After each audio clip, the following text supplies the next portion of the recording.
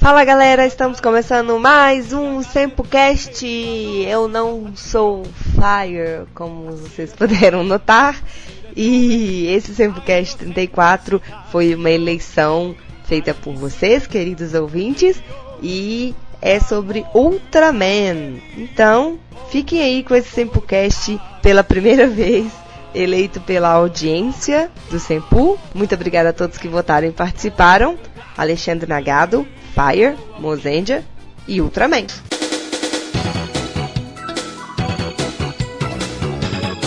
Minuto Patrini!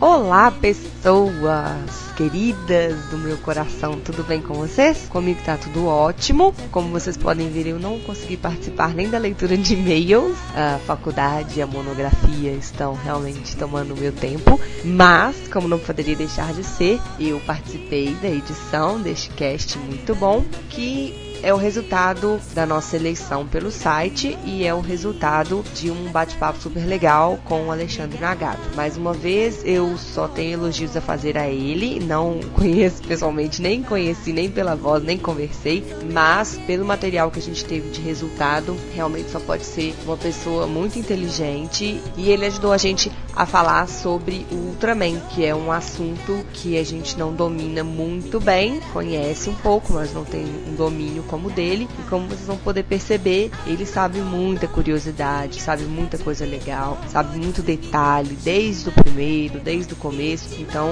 vocês vão poder assim conhecer um pouquinho mais da história do Ultraman, saber mais desse personagem aí, que é um símbolo do Tokusatsu, acho que não só aqui no Brasil, mas no mundo todo. Então vocês vão acompanhar esse bate-papo super legal, que é a continuação da conversa que o Fire e o Mozenji tiveram com ele. Espero que vocês gostem da edição, que mais uma vez foi uma edição muito tranquila. Claro que com a minha restrição de tempo eu tenho que fazer as coisas um pouquinho mais rápido, mas já tô acostumando já com o programa de edição, com a forma de edição, até com a dicção dos meninos. Então pra mim é muito gostoso sempre editar o Sempocast e preparar o Sempocast para todos vocês com muito carinho. Obrigada a todo mundo que mandou e-mails, obrigada a todo mundo que elogiou, que participou, obrigada a todos que estão fazendo o Sempocast um sucesso cada dia maior. Estamos tendo uma média de download muito boa e estamos muito felizes com a participação, o apoio e o carinho de cada um de vocês. Um beijo!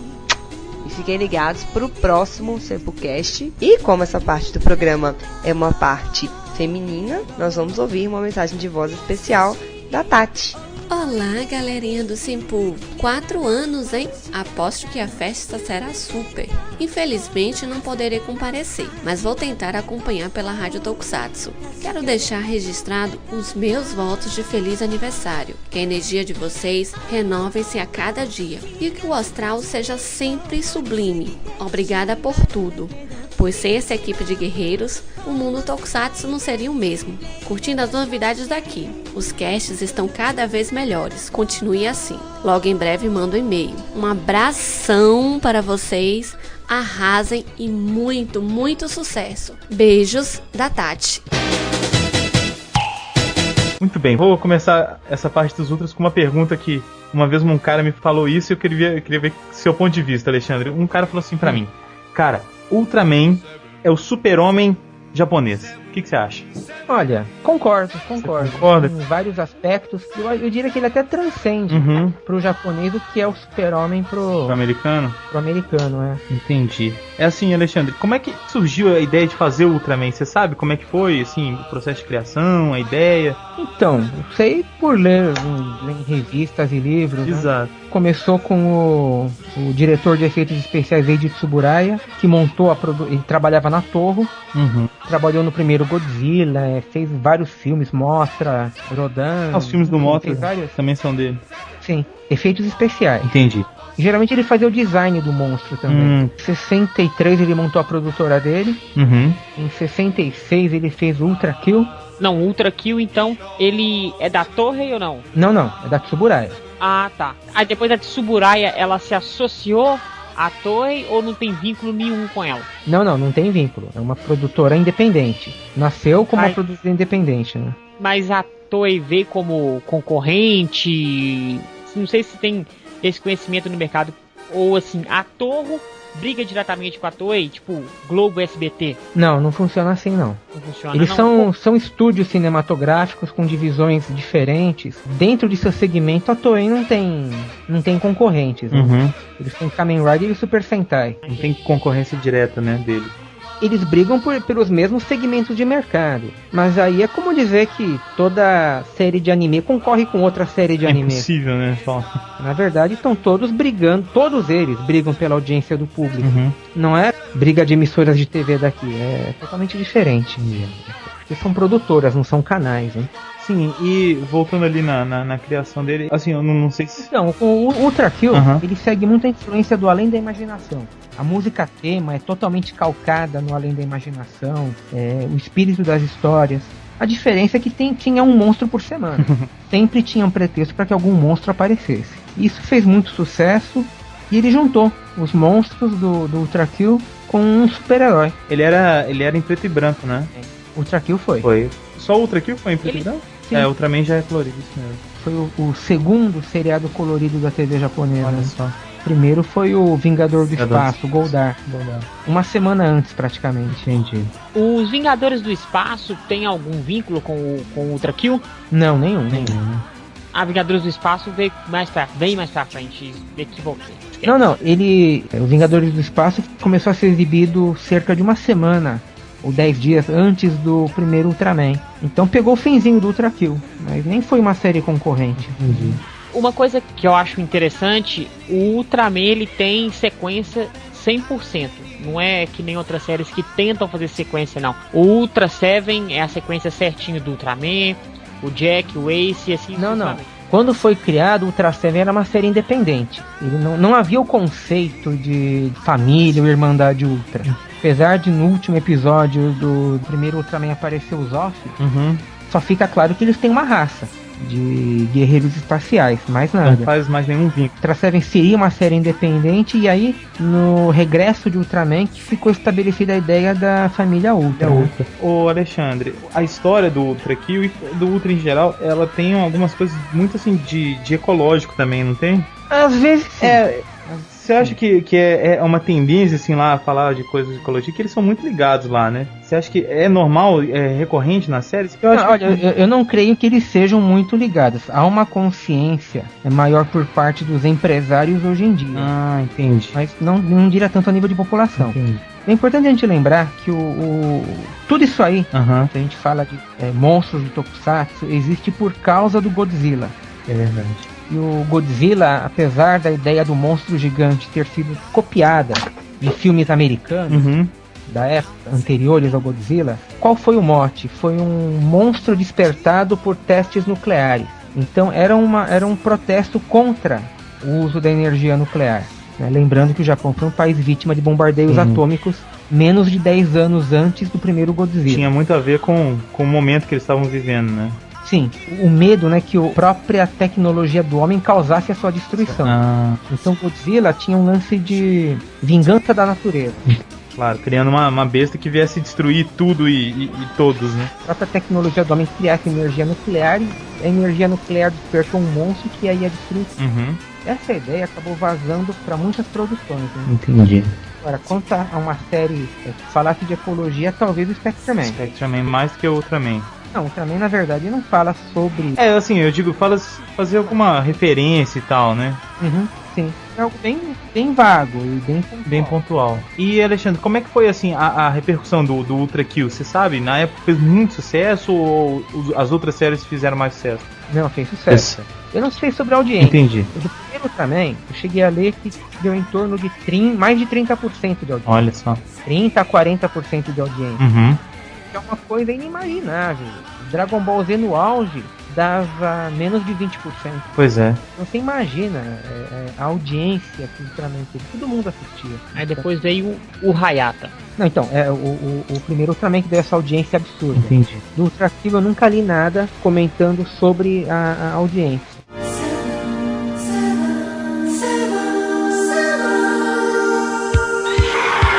Bom, e na sequência, assim, de Ultramans, de todos eles, tem algum que é o seu preferido, assim, que você goste mais? O Ultraman Jack. Por quê? Na série O Regresso de Ultraman. Bom, das 3 séries, né, que marcaram a minha infância, essa era a mais super-herói de todas. Entendi. Né? Tinha os temas musicais, tema de ação, era uma coisa assim muito mais dinâmica que as demais séries, né? O lance do herói treinar artes marciais, treinar saltos acrobáticos na forma humana, o relacionamento dos personagens, tudo era muito mais humano, tudo muito mais dramático, também mais trágico. Então você ficava grudado na Terra, né? Todo aquele drama fazia você grudar na Terra, né? Muitas histórias do Ultra Seven eu vim apreciar somente depois de adulto. Histórias que tinham um enredo mais complexo, tinham... Tecnicamente, o Ultra Seven era muito superior. Mas pro garoto que eu era, e para muitos outros, o Regresso de Ultraman era mais emocionante. Tinha menos humor, era menos cerebral do que o Ultra Seven. E era muito mais pancadaria. O Ultra Seven, então, era mais adulto, assim? Não diria mais adulto, mas mais completo. Todas essas séries, é importante que se diga, elas são focadas no público infantil. Algumas, elas permitem que um adulto ele tenha um outro nível de entendimento da história. Então, por exemplo, hoje em dia um adulto nostálgico, ele pode assistir Jaspion, Changeman e se divertir como nostalgia, o que é um pouco diferente de alguns episódios do Ultra Seven, que tem um questionamento diferente. Pô, peraí, isso aqui não deve ser tão fácil para uma criança entender. Como num episódio, uma cidade espacial, uma cidade vagando no espaço, está em rota de colisão com a Terra, e o Ultra Seven deixa que a humanidade destrua essa cidade, que ia se chocar com a Terra. Ele tomou partido em algo que ele não deveria tomar partido, né? Se ele está para defender toda a forma de vida, ele permitiu que a humanidade destruísse uma raça. São questionamentos que aparecem, né? Então uma criança passa batido. Né? Será que é por esse motivo que eles fizeram o remake, a releitura de Ultra Seven X? Talvez. O Ultra Seven ele é muito cultuado até hoje, né? Então o Ultra Seven X foi uma tentativa de resgatar um pouco, atualizar uma atmosfera mais sombria e mais adulta. Eu também lembro que às vezes o Ultra Seven aparecia muito pouco. Tinha um episódio de um monstro que bebia gasolina, que ele passa o episódio inteiro matando pessoas, né? Isso. Só aparecia um close nos olhos e na garra dele. Enfim, a nave em chamas cai, explode, e ele acaba sendo vítima do próprio combustível que ele ingeriu. E o Ultra Seven não luta, ele escapa voando da nave em chamas, né?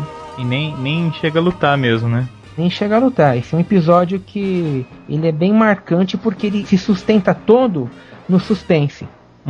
Todo na direção, no clima, na atmosfera. Não é algo de... o herói tem que se transformar pelo menos 2 vezes, gritar o nome, dar uma cambalhota, explode atrás, grita o nome do golpe e fica aquela conversa de surdo, né? Maldito, vou acabar com você. O quê? Miserável! Não, sim, isso aí, se você tem 8, 10 anos, você engole. Eu te perguntei se ele era o Superman dos japoneses, você falou que achava que ele era até um pouco mais, em qual sentido, assim? Ele é muito presente na cultura japonesa. Entendi. E ele não é como o Super-Homem, que ele representa o país, ideais do país. Aliás, o Superman ele representa mais ainda os ideais do país do que o próprio Capitão América. No caso, o Ultraman ele não tem esse lado político de representar os ideais do povo japonês. Quanto a isso, não. Até porque ele é um alienígena e ele não é tão humanizado como é o Super-Homem. Por mais que tenha lá os hospedeiros humanos, alter ego humano. Ele não é tão próximo assim. Não, ele não tem a conotação política que o Super-Homem acabou ganhando ao longo do tempo, né? É o Super-Homem defensor do modo de vida americano, né? Ele tem as cores do país, né, praticamente. Então já é. E, bom... Ultraman também, ué. É o vermelho. Então, a gente falou do Ultra e do Ultraman Jack, e não falamos, assim, especificamente do Ultra Seven. O que marcou na série do Ultra Seven pra você, Alexandre? Pra mim? Nossa, acho que tudo. Eu gostava das naves, eu gostava de... Alguns episódios eram, assim... Eu contava nos dedos, né? Os dias pra passar tal episódio. Como o episódio da crucificação, o final, que é fabuloso, enfim. Tinha muitos episódios bem marcantes, né? Ele é o único Ultra que não transforma com a cápsula, né? Que transforma com o óculos. Não, tem outros Ultras que usam outros artefatos, né? O bracelete, anéis. O Ace e o Léo usando anéis. O Ace usa anéis e os novos usam bracelete. Isso. A gente tá te perguntando assim porque realmente não sabemos muito sobre Ultraman. A gente ia ter um site, né, de Tokusatsu e tal, mas raramente a gente atualiza com notícias de Ultra porque a gente desconhece completamente. Na verdade, assim, o que eu vejo é que quem gosta de Ultraman não necessariamente gosta de Tokusatsu em geral. E a grande maioria, a maioria esmagadora dos fãs de Tokusatsu quase desconhece o Ultra. É verdade. Parece que o Ultra não tem uma sintonia com o pessoal novo.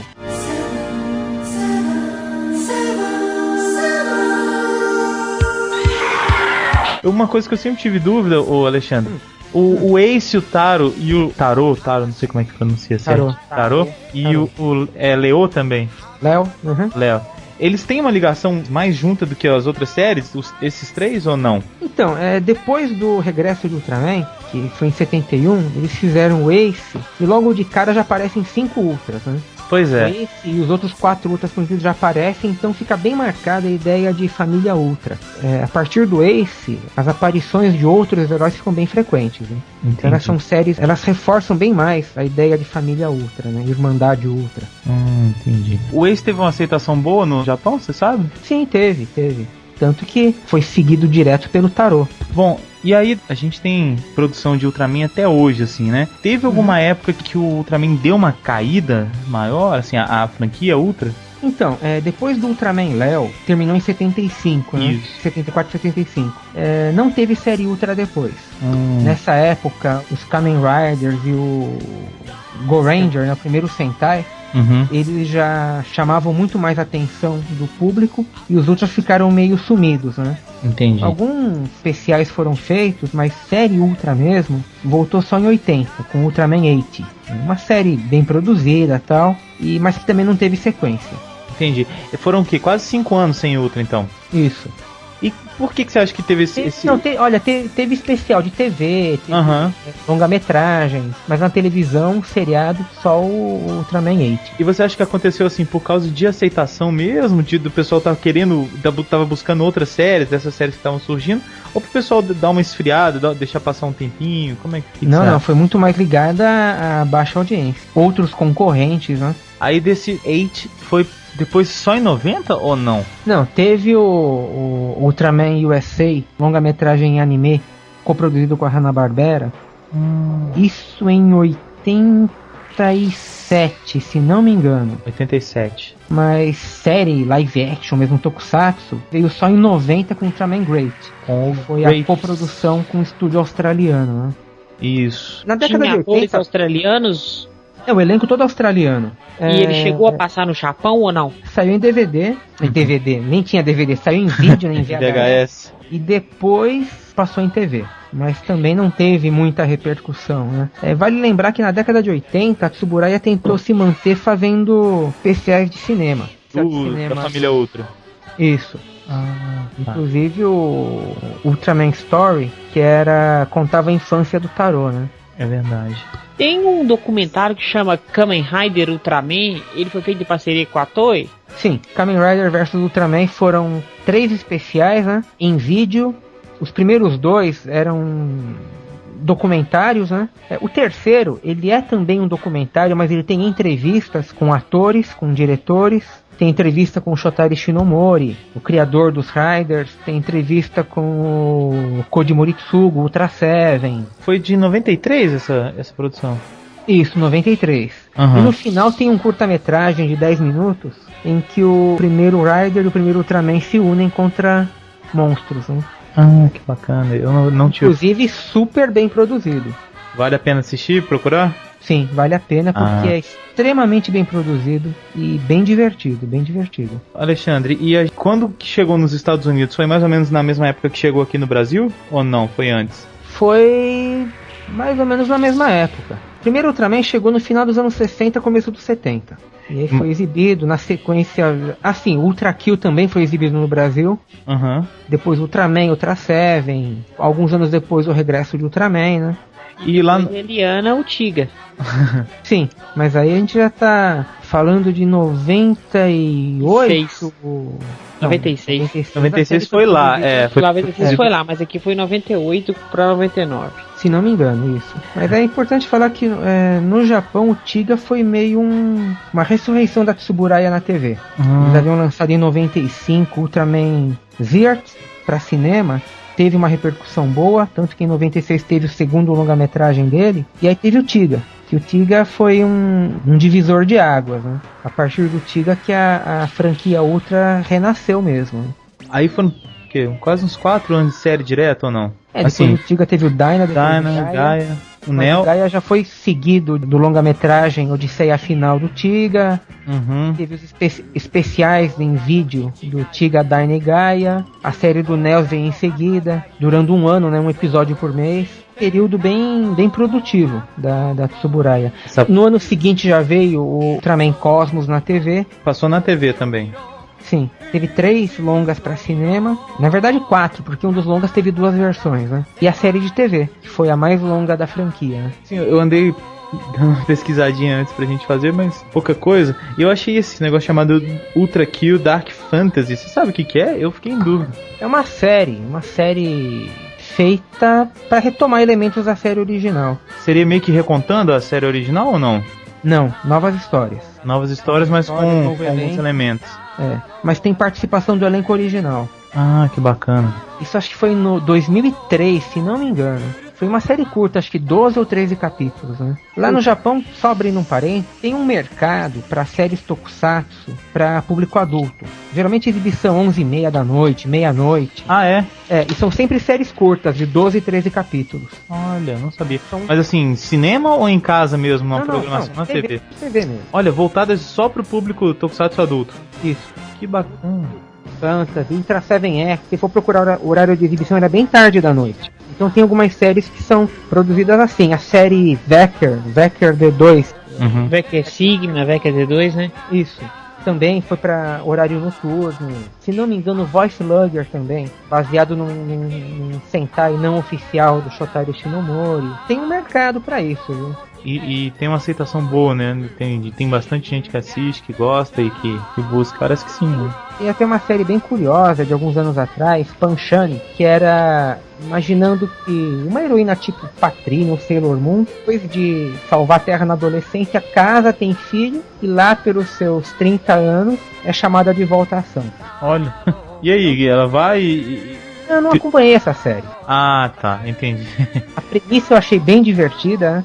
Ainda mais pro tipo de público, né? Que é um público adulto também. Sim. Que eles devem ter esse sentimento também de querer voltar a ver os heróis e tudo mais, né? Então tem espaço pra esse tipo de série, sim. Aí depois disso teve o quê? O Nexus? O Nexus é de 2004. O Nexus é um projeto bem arrojado. Não teve grande aceitação de público, não. Não foi muito bem aceita? Muito diferente de tudo que a Tsuburaya tinha feito, né? Ah, tá. Ela é sequência direta do longa-metragem do The Next, de 2004, e tem um desenrolar bem diferente. Entendi. E a produção é muito boa, é até surpreendente que tenha sido uma produção para TV. É o Ultraman Nexus que tem aquele filme Ultraman 2004, que ele é bem... Isso. É o mesmo personagem, né? Aquele filme, ele me chamou muita atenção porque ele lembra muito produção de Hollywood. Tanto dos monstros quanto dos efeitos de luta, muito bom mesmo. Ele é bem acima da média. Tentativa de fazer um produto um pouco mais para público juvenil adulto. Ô Alexandre, você acha que não teve essa aceitação toda por causa disso que você falou, de ter fugido um pouco do que a Tsuburaya já vinha fazendo? Talvez o público lá seja mais conservador. O horário também não ajudou muito. Exibir de manhã, o horário que a criança está indo para a escola também não ajuda muito. Entendi. Às vezes muito do sucesso de uma série acaba vindo do horário de exibição. Entendi. Do estúdio ter conseguido um bom horário. Pra ter uma ideia, o Tiga originalmente passou de sábado à tarde, um horário que a molecada tá em casa. Então muita gente assistiu. O Kamen Rider Black passava de domingo de manhã. Nossa. Um horário que o moleque tava em casa, a gente acordava 10 da manhã e ia ligava pra assistir o Black. Então, às vezes, independente até da qualidade, uma boa estratégia de exibição ajuda aí, sem dúvida. Né? Não é só a série ser muito boa, né? Depende de outras coisas também. Sim, por exemplo, Metalder, exibido às 7 da manhã, não ajudou muito. Uhum. Você até falou do Metalder, falou desse horário. A gente, não sei se você conhece o Ricardo, o Ricardo Oz, ele é do tokusatsu.com.br, e ele falou um negócio seguinte: o Metalder, ele é bom, mas ele, se você assistir à noite, ele é bem melhor. Você já teve essa experiência? Bom, quando passou aqui na Bandeirantes, ele passava à noite, né? Pois é, e aí, Era como é que 8 é? da noite que eu assistia. Você acha que ele tem razão? Ah, funcionava melhor, sim. O clima da série, ele é diferente, não é uma série pra passar às 7 da manhã. Então, isso aí ajudou que a série não fosse não fosse esperada, em termos de audiência. Né? Ué, você pode fazer comparativo, o Gavan, que passava na Rede Globo às 6 horas da manhã. Ah, é. 6 horas da manhã também é horário injusto com qualquer um, né? Não ajuda muito. Né? Eu só assistia porque era a hora que minha mãe eu acho que era pra ir pra aula. 7h30. Não era não. Era antes, porque eu acordava, assistia e ia pra aula. Não, 6 horas da manhã passou o Scheider, quando era de sábado. Ah, tá. Eu lembro. De vez em quando eu conseguia acordar pra assistir. Desculpe. Era complicado. Não é bom, mas não é tão bom assim. Que merecesse acordar toda vez.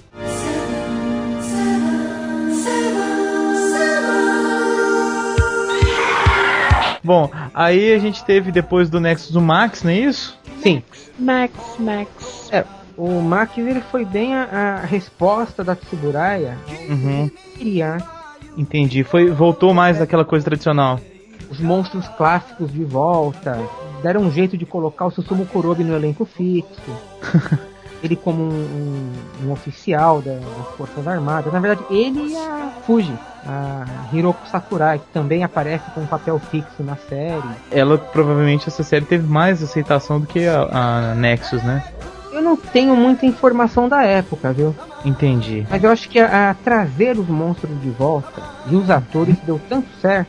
Em 2006 eles pensaram, bom, vamos trazer os monstros, não vamos trazer os atores, vamos trazer os personagens de volta. Então, mesmo com 67 anos lá, 66 anos, o Susumu Kurobi voltou a fazer o Ayaka, que é o que o pessoal queria ver. Não fazer conta, participação especial. Não, o velho Ayaka, o velho Dan Moroboshi. Trouxeram o pessoal de volta à ação, né? E foi muito bacana. Eu acho muito legal mesmo, porque tem um respeito do Mebius com os outros Ultras. Trata eles assim. Talvez se fosse colocar em uma balança em questão de poder, talvez o Mebius seria mais forte que eles. Mas traz aquela ideia tipo pai, você é meu pai, ou então você é meu irmão mais velho e eu tenho que te respeitar. E acho isso muito, muito legal. Foi nessa época que eu voltei a assistir Ultraman. Não as séries, e sim esses filmes. Ultraman Mebius vs Brothers 1 e 2, que são 2, correto? Não, Ultraman Mebius e Ultraman Brothers é um só. É. O filme de 2008, aqui o pessoal de fansuber, ou pirata, enfim, chamem como quiser, batizou de Ultraman Mebius and Ultraman Brothers 2, mas não é. Não é. Ah, tá. Não foi feito assim no Japão. São separados, não tem nada a ver um com o outro assim.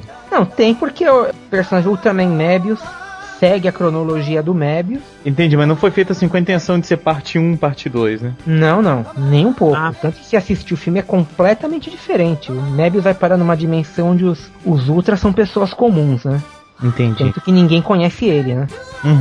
E recentemente o último que saiu, que é o Monster Battle Legend. Isso, Ultra Galaxy Legends. Que é excelente. Fora isso, Alexandre, tinha vários especiais na TV ou só no cinema? Eles tiveram muitos especiais em vídeo, né? Geralmente compilações de episódios, né? Melhores momentos. O Mozart falou desse documentário sobre o Kamen Rider e Ultraman. Teve algum só do Ultraman em documentário? Muitos. É mesmo, com produção da série e tudo mais. Geralmente esses documentários são melhores momentos das séries, né? Mas tem matérias especiais de bastidores. Principalmente do primeiro Ultraman, né? Que é o mais reverenciado, né? Mais cultuado e tudo mais. Ultraman, assim, o que você acha que diferencia ele das outras séries, assim? Tem gente que acha que o Ultraman é a melhor série, tem gente que acha que o Ultraman é muito ruim, por exemplo. Tem gente que não consegue assistir. O que você acha que ele tem de diferente, que ele acrescenta pra quem quer assistir? Olha, isso é um pouco difícil de definir, que a minha visão é de alguém que cresceu assistindo, alguém que gosta. Entendi. Isso aí, olha, vai muito de geração, vai muito da cabeça da pessoa. Às vezes o cara fala assim, é sempre assim, tem um grupo anti-monstro, aparece um monstro, o herói vai, transforma e mata. E não é assim. Quem fala isso aí não viu todos os episódios, viu alguns. Assim como alguns vão dizer que Super Sentai é tudo a mesma coisa, tem 5 ou 6, o líder é vermelho. E pronto, né? Forma um grito nome de golpe, aquela mesma bobeira sempre. É isso. Eu acho que o gostar ou não gostar vai depender muito de cada um. Então, agora, pra quem se dispuser a assistir, tem histórias muito boas. Tem histórias muito boas e nem sempre focadas só em ação. Principalmente do material mais antigo, né? Mas o material novo tem muita coisa boa. E esse último longa-metragem, Ultra Galaxy Legends, põe no chinelo qualquer produção japonesa já feita. Põe no chinelo. Eu assisti o All Rider vs Daishocker. Nossa, que filme horroroso. É bacaninha, tem algumas cenas legais. Mas a cena que quando 20 e tantos Riders pulam, dá o Rider Kick coletivo no Shadow Moon. Aquela cena, pra quem tem 5 ou 6 anos, é fantástica. Fora isso, pra quem tem 5 ou 6 anos, porque a cena não faz nem sentido. Eles pulam, aí vão todos mirando chute no mesmo lugar, vão atravessando lá, o castelo cai, tá todo mundo do lado de fora.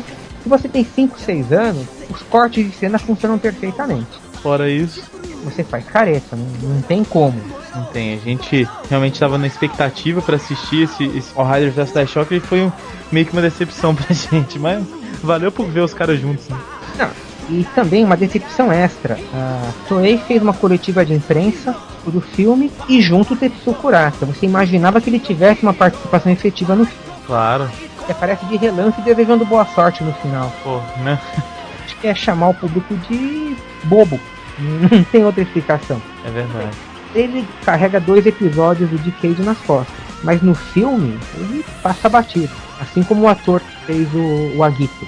É verdade, ele também é desnecessário. Nós já debatemos esse filme em um podcast só pra ele e os resultados assim não foram agradáveis, quase ninguém elogiou, porque não tem que elogiar mesmo. E no lance dos Ultras, né? Nós vamos discordar, óbvio, mas tudo bem, cada um tem sua opinião. A produção é muito superior. Teve também o cuidado de chamar os atores originais, inclusive para dublar inclusive outras que aparecem pouco. Eles são dublados pelos atores originais. Entendi. O Tarô é dublado pelo mesmo dublador que fez Ultraman Story em 84.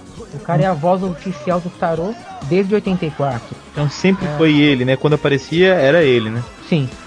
Participações na série do Mebius, nos especiais, sempre é o mesmo dublador. Então tem todo um cuidado maior.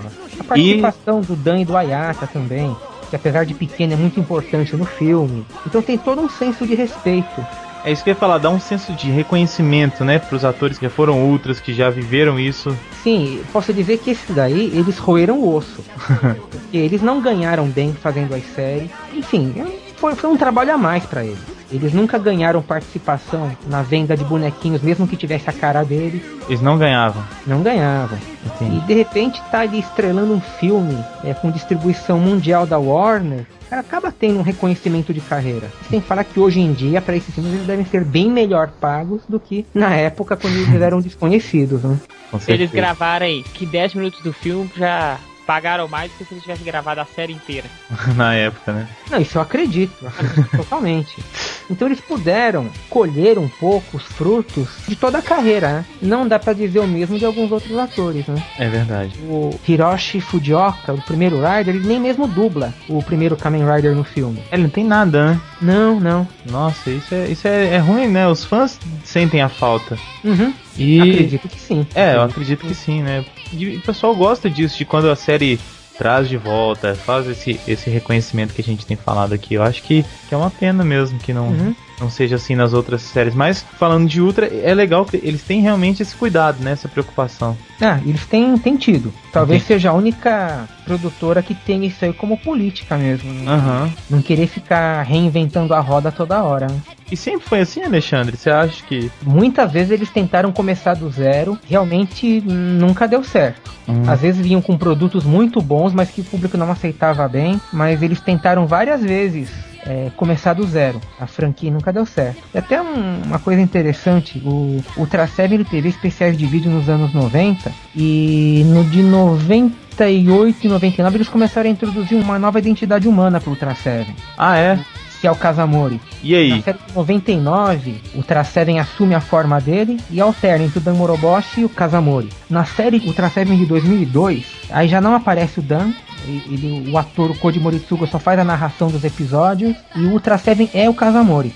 Só que algum tempo depois eles voltaram com o Dan Moroboshi, porque o público queria ver o Dan Moroboshi. Até no Ultra Seven X o Dan Moroboshi aparece no último episódio, revelando que o Ultra Seven X é o mesmo Ultra Seven original, só que em outra dimensão. Tentaram renovar, passar a tocha adiante, mas nunca conseguiram. Não conseguiram, o público pedia de volta o pessoal original, não é isso? A Tsuburaya tentou fazer outra franquia além dos Ultras? Eles tiveram outras franquias, né?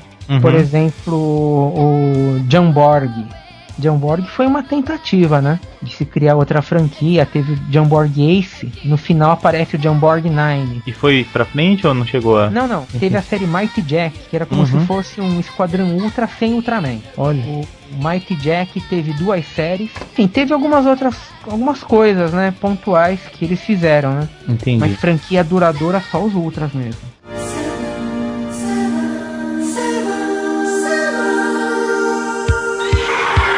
Ô Alexandre, eu tenho mais 2 perguntas. A primeira é a seguinte: pra quem, assim, eu, por exemplo, eu conheço o Ultra e tudo, mas eu só vi alguns filmes esporádicos, nunca acompanhei nada. Pra quem tá querendo acompanhar a série, conhecer mais o Ultra, tem alguma série que você recomenda que a pessoa comece a assistir, ou qualquer uma é legal? Pra começar a assistir? Começar a entender o mundo dos Ultras.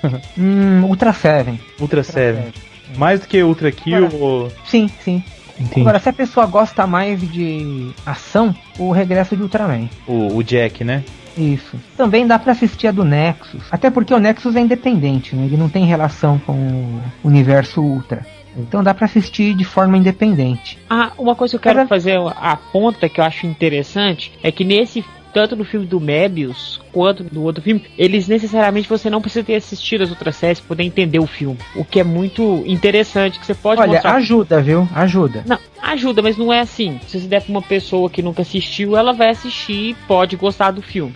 Mais ou menos, tá? Mais ou menos. Ainda fica muita coisa, muita ponta solta. Eu acho que o filme, o Ultraman de 2004, esse sim você pode assistir de modo totalmente independente. Agora, tem o filme Tiga, Odisseia Final. Você entende a história perfeitamente. Agora, ela não vai ter muita graça se você não viu a série antes, né? Tem o filme, o longa do Ultraman Gaia, Operação Superdimensional, de 99, esse aí dá pra assistir. Tranquilo. Dá pra assistir, mesmo sem ter visto a série do Gaia. É um filme focado nas crianças. Geralmente eu detesto história focada em crianças. Mas esse do Gaia, os atores mirim são muito bons. Eles carregam o filme nas costas e vale a pena. O Gaia, ele vai parar numa dimensão onde ele é uma série de TV. Tanto que o Gamo, o alter ego do Gaia, ele anda na rua, todo mundo conhece ele como Ultraman. E o filme é muito bacana. Esse aí funciona muito bem como um produto independente. Dá pra assistir sem conhecer a série. Sim, sem ligação cronológica nenhuma. Você só admite que existe um seriado de super-herói e que esse herói passa pro mundo, vai pro, entre aspas, mundo real. Atravessa a dimensão da TV e vai pro mundo real. A outra pergunta que eu tinha pra você era a seguinte: fugindo um pouquinho do mundo, do universo, enfim, Ultra, das séries atuais, assim, tem alguma que você acha que teve um grande destaque, assim, de qualidade de produção, ou que tenha te agradado por algum motivo, em especial dessas mais recentes? Séries Tokusatsu? Tokusatsu. Olha, não tenho assistido, não. Nossa, não tenho acompanhado quase nada. Às vezes eu vejo alguns clipes, algumas matérias. O último que eu assisti alguma coisa foi o Decade. Eu queria ver a aparição do Amazon, do Black principalmente. Mas eu vi, assim, vi o começo da série, vi alguns episódios salteados. Então, mas foi a última coisa que eu parei pra assistir algum episódio. E fora do universo japonês, assim, o que você gosta, Alexandre, assim, de, sei lá, de série ou de filme? Tem alguma preferência, assim? Sei, tem muitas coisas diferentes que eu assisto, né? Faz alguns anos que eu não acompanho religiosamente nada. Entendi. Posso dizer que Ben 10 é uma série muito legal. Que mais? A série Big Bang, a Teoria. Sim. Bem divertida, bem divertido. Gostava muito de Friends também. Tinha uma série que passava no Multishow, Carolyn in the City. Muito legal também, muito engraçada. a série do Joey, que eu acabei acompanhando praticamente inteira, né? O Joey do Friends. Eu gosto de perguntar assim pra gente realmente ver um parâmetro e tal, comparar, né? Animações infantis, como Arthur, Passa na Cultura, o Pocoyo, que eu assisto com a minha filha, muito legal. Então tem algumas coisas assim bem variadas, né? De vez em quando eu paro pra assistir, mas eu não tenho acompanhado nada assim religiosamente, como você falou, né? Não. Ficou bem pra trás o tempo que eu acompanhava uma série, não queria perder nenhum episódio, né? Ficava maluco. Um pouco é falta de tempo. Não sei, você gostaria de acrescentar mais alguma coisa? Falar alguma coisa assim de Ultraman ou de cultura, alguma coisa assim, pop? Acho que assim, a série do Ultraman como um todo, ela tá muito inserida no contexto da cultura pop japonesa. Acompanharam a evolução da TV japonesa, a evolução dos costumes, a evolução técnica, sempre estiveram na ponta e às vezes no centro dos acontecimentos. Tem muita coisa influenciada, direta ou indiretamente por Ultraman, que às vezes os fãs desse produto derivado detestam Ultraman, como por exemplo Evangelion, que apesar de todas as pretensões filosóficas, nasceu porque o criador é fã de Ultraman. Não tem como fugir, né? Gigantes no meio da cidade. Ou Pokémon, que é totalmente baseado na ideia de monstros cápsulas monstro. Como o Ultra Seven. Tem até o Pokémon Staryu, que tem luzinha no peito e grita igual o Ultraman.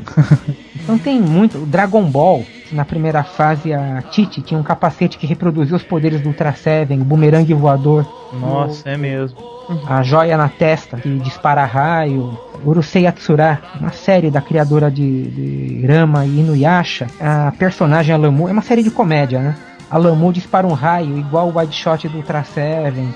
Tem tanta referência espalhada, tão enraizada na cultura pop japonesa que às vezes a pessoa nem tem ideia. Coloca já por impulso. Sim, às vezes passa batido. Tá tão dentro, né? Exatamente. As pessoas estão tão acostumadas, faz tão parte da cultura local e às vezes nem se dão conta, né? Que já sai natural o negócio, vai inserido, né? Igual uma mensagem subliminar. Claro, guardando as devidas proporções. Claro. Porque ainda é uma coisa restrita a um universo um pouco fechado lá no Japão. Além de já comentou, o que você aconselha pro público? Porque a gente debate muito a seguinte filosofia, que existem os fãs de Tokusatsu e existem os fãs da nostalgia. Hoje em dia o cara se enquadra, não, eu sou fã de Tokusatsu, mas ele não admite assistir nada novo. O que você tem a dizer pra esses fãs, se realmente eles são fãs de Tokusatsu ou eles são fãs da nostalgia mesmo? Olha, acho que cada um na sua. Não defendo assim a bandeira de um gênero. A pessoa precise se aprofundar mais, a pessoa precise conhecer, né? Mas acho que assim, eu uso a palavra fã, mas eu coloco dentro de um contexto diferente. No geral, pra mim, a palavra fã acaba sendo meio pejorativa, lembra um pouco de fanático.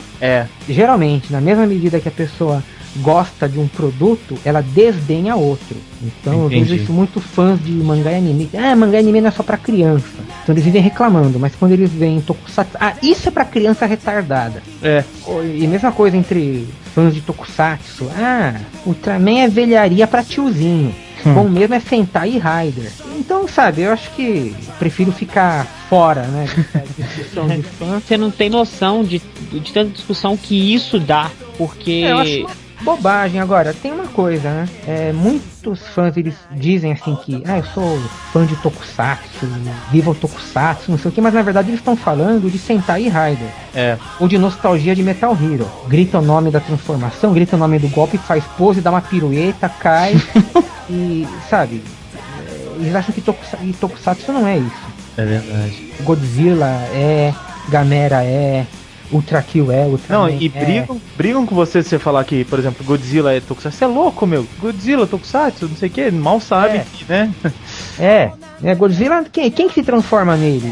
O nome do golpe, ele dá uma pirueta mortal e cai. E aparece um vilão pra chamar ele de maldito. Cadê o robô pra enfrentar ele? Então é como dizer que anime é só Naruto. Ou assistir Akira ou Ghost in the Shell e falar, não, isso aí não é anime. Anime é só Naruto, Dragon Ball, Cavaleiro, sei lá. Essas de sempre, assim, Bleach. Então, é o que eu falei com o Mozart nesse aspecto, que assim, eu não julgo o pessoal deles estarem certos ou errados, mas eu acho pena deles não darem oportunidades para séries que poderiam ser bem melhores que as séries que eles estão assistindo, ou nem isso, uma série que seria diferente, né? Porque o cara ali assistiu a série antiga, porque naquela época a série foi feita para aquele foco, para aquelas crianças da década de 80 e 90. Hoje as séries são feitas para as crianças dessa época, que é diferente, e tem que fugir, porque se ficar na mesma temática sempre, acaba, não dá ibope. Às vezes a pessoa se prende à imagem mais superficial. É o uniforme, é a música, é o nome do golpe, é o raio, é a armadura, enfim, é o aspecto visual. Se ele tirar toda aquela parte de merchandising do episódio, o que sobra? Às vezes não sobra muita coisa. Às vezes, entre aspas, a encheção de linguiça de antigamente tinha que necessariamente incluir uma história. Você não vai gastar 3 minutos de transformação entre o robô montando, equipes cada um transformando, falando o nome do golpe e fazendo pose. Você tem que encher com história. Então os fãs de hoje vão falar que é encheção de linguiça, é filler, é não sei o que. Então é diferente. A única coisa que eu acho complicado é quando a pessoa diz que levanta a bandeira de um gênero, mas na verdade é cheio de preconceitos, né? É uma pena mesmo. Deixa de aproveitar muita coisa, né, Alexandre? Aí fica realmente complicado e vai só difundir ideias erradas, né? Como uma vez em algum fórum estavam perguntando por que Cybercop não era Super Sentai se era uma equipe. Então assim, é a visão de se prender só àquela superfície, prender a fórmulas muito fechadas, né? Precisa ser assim, né? Tem que ser assim, porque senão eu não consigo assistir. Me dá uma formatação pra isso. Qual é o gênero disso pra eu poder assistir? É porque se não for, já era. Aí você fala, Garou é o quê? É Kaiju? É Ultra? É Sentai? O que é? Pelo amor de Deus, me fala, né? Eu preciso saber, eu preciso classificar. Preciso classificar isso aí. Estão mais preocupados nisso do que em curtir a série, por exemplo, né? Exatamente, isso tem muito, infelizmente. É o que eu falo assim, as pessoas deviam preocupar menos com isso, classificar a série assim, gostei e não gostei, que aí seria muito mais fácil, né? Que aí teria muito menos preconceito das séries e dos fãs mesmo. Como alguém que escreve sobre o assunto, enfim, eu não consigo ter mais a visão apenas de espectador. Então eu acabo analisando outras coisas, né? Se é bem dirigido, os atores, né? Às vezes o que marca a nossa infância a gente diz que tinha carisma, porque marcou a nossa infância. Mas se a gente vai parar pra analisar, não, peraí, o cara é um péssimo ator, é uma aposta. Mas o Sam é um péssimo ator. Realmente, a série começa e tá muito mal posicionado. Mas vai avançando, ele vai evoluindo. O Shun de Garashi do Mebius, ele evolui muito durante a série. Então, já alguns outros a gente revê uma série de ponta a ponta. Não, realmente o cara foi uma porta, expressivo como uma porta do primeiro ao último episódio. Só que a gente não tem, 99,9% das pessoas não vai ter essa percepção, né? É a memória afetiva que vai contar. Então tem tanta coisa que interfere. Eu lembro, na época dos tokusatsu que passavam na Globo, eu vi gente falando que Bycrossers era muito melhor produzido que qualquer coisa que passava na Manchete. Não, era melhor dublado. Eram as vozes da Herbert Richards, dos filmes da Globo, que estava dublando. Som dava um aspecto de produção melhor. Dava mais credibilidade para a história se aquilo era bem dublado. Entendi. Então muita coisa interfere. É difícil fazer uma leitura isenta, né? Isso aí fica pros chatos como eu, que vão destrinchar aquela produção como um produto para ver o que é interessante, o que não é, o que é bem feito, o que não é.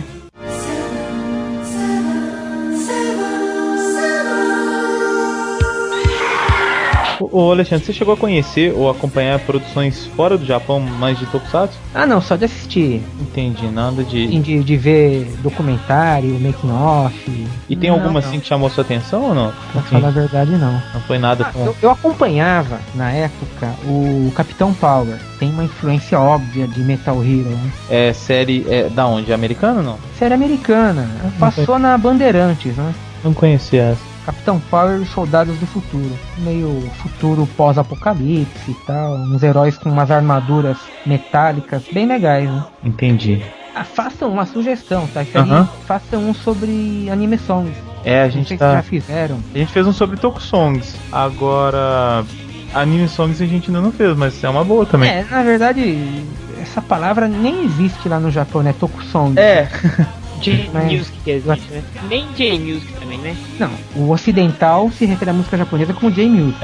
Pra eles é música, né? E pronto. Mas acho que vale a pena, não? Inclusive, pegar a discografia dos Ultras, todos os momentos, né, das anime songs. Isso é legal mesmo. Marchinhas infantis, passando por música pop da época, pegando J-Rock, o J-Pop moderno. Fazer uma lista assim e comentando junto, né? Falando, olha, essa aqui foi de uma época e... Sim, você pegar o estilo de música, por exemplo, da trilha do Go Ranger, a diferença é brutal. É verdade. Vão acompanhando as tendências da época, né? Dá assunto. Dá mesmo. E é engraçado que assim, tem de tudo, né, nas trilhas sonoras. Tem jazz, rock, se bobear tem até samba no meio. Não duvido que uma hora apareça, viu? Tem aquela música Paradise Samba, é encerramento do Carranger, eu acho. Ela tem uma levada, até o nome fala, né, mas ela tem uma levada bem salsa. Que não é samba. Eu não lembro, viu? Caramba, vi muito pouco. Devo ter visto nem meia dúzia de episódios.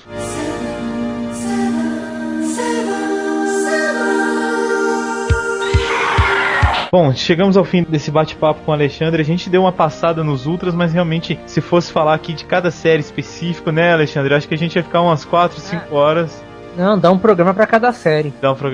E eu tenho até vontade de fazer isso. Eu tenho vontade de gravar um do último filme que saiu. Também tem. Vale a pena, depois a gente pode ou trocar ideia por e-mail, assim, porque marca um ponto de virada da produtora. Não é mais uma empresa... Bom, já não era, havia algum tempo, uma empresa familiar, mas agora tá tentando pé mesmo pra distribuição internacional. O filme é bem filme de ação hollywoodiano. O pique é completamente diferente. Então a gente tem essa vontade de gravar, Alexandre. Até tá feito o convite aí, se você quiser. Opa, combinamos sim. Queria realmente agradecer de verdade, porque olha, quando a gente conseguiu entrar em contato com você foi muito legal, porque agora no momento Tiete, né, a gente é fã de verdade, já li a coisa há muito tempo. Obrigado. A gente ficou realmente feliz, que a gente gosta demais das coisas que você escreve, do seu trabalho. E queria agradecer, o Mozart também quer agradecer, né, Mozart? Muito obrigado, foi muito bom. Desde o primeiro contato que a gente teve no Twitter, depois por e-mail, você foi prontamente cordial, aceitou. Então, muito obrigado. E nós crescemos lendo suas matérias. E se hoje gostamos de Tokusatsu, temos que agradecer também muito a você e as revistas Herói. É verdade. O que você quiser falar agora, tá aberto aí, cara. Bom, primeiro, muito obrigado pelo convite, pela lembrança, né, pelo convite, pelo papo, né, como eu já falei, Ultraman, um dos assuntos favoritos dentro da cultura pop japonesa. É um prazer conversar sobre esse assunto, né.